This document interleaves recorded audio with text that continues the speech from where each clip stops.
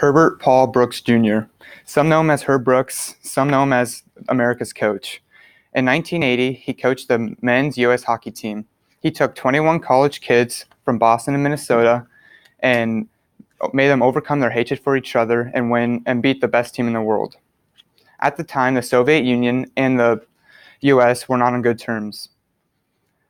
It was one of the biggest upsets in sports history, and what made Herb Brooks one of the greatest coaches to ever coach. And today, you'll be learning about Herb's career as a player, his career as a coach, and his legacy after his life. Herb Brooks was only 5'11" and weighed at 164 pounds, according to recruiting. He played high school at Johnson High School hockey team. In 1955, him and his team won the Minnesota State Championship. After his high school career, Herb Brooks went to play for the Minnesota Gophers. After 4 years playing for the Gophers, he went and played he tried out for the 1960 Olympic team. A week before the games, Herb Brooks got cut from the team. As he sat at home on the couch, he watched his team win the gold. So Brooks was out for some redemption.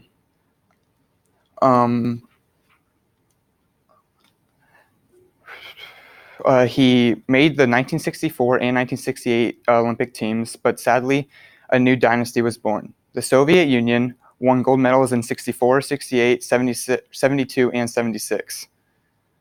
Herb Brooks was never able to fulfill his dream of winning gold. As his player career came to an end, his love for hockey became stronger. Herb Brooks coached the Minnesota Gophers, the same team he played for 7 years. In that 7 years, he won 3 D1 national championships, according to history. At the end of his collegiate career, his record was 175 wins, 101 losses, and 20 ties. In 1980, Herb Brooks got the coaching job for the 1980 Olympic team. The Soviet Union, or the Cold War, was in full effect. The Soviet Union was in Afghanistan, but the world put the problems aside for the 1980 Olympics in Lake Placid, New York. The Olympics didn't allow professional players in the games. So the U.S. sent a bunch of college kids to represent the U.S. instead of the NHL All-Stars. The U.S. went against a much older and experienced Soviet Union team. The U.S. played the Soviet Union before the medal round, and they beat them 4-3 in the third. They scored 2 goals in the third period, beating the Soviet Union 4-3. Most people didn't know that the miracle game wasn't the gold medal game. It was the game to get into the medal round. So the next day, the U.S. had to play Finland to win the gold medal. If they didn't beat Finland, they would have to play, or they would have won a medal, and the Soviet Union would have won gold. But in the third period, the Soviet Union scored 2 more goals to go up 4-2 and beat Finland.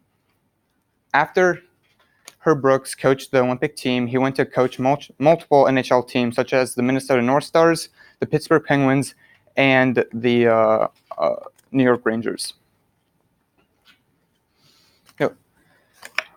Herb Brooks was a well-known person in the hockey community. In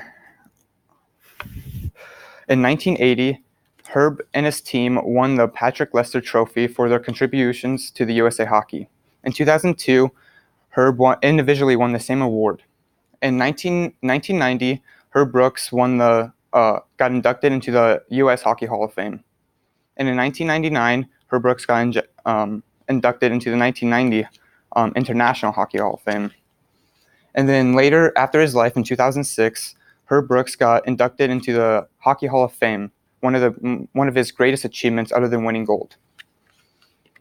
There's been many books and documentaries about Herb Brooks, but one of the most popular documentary was a movie called Miracle, which really shows his all the obstacles and achievements him and his team had to overcome. Now, today you learn about his career as a player, his career as a coach, and the legacy after his life. I think we all can agree that Herb Brooks loved the game of hockey, and he did a lot of he had a lot of accomplishments for the U.S. hockey program.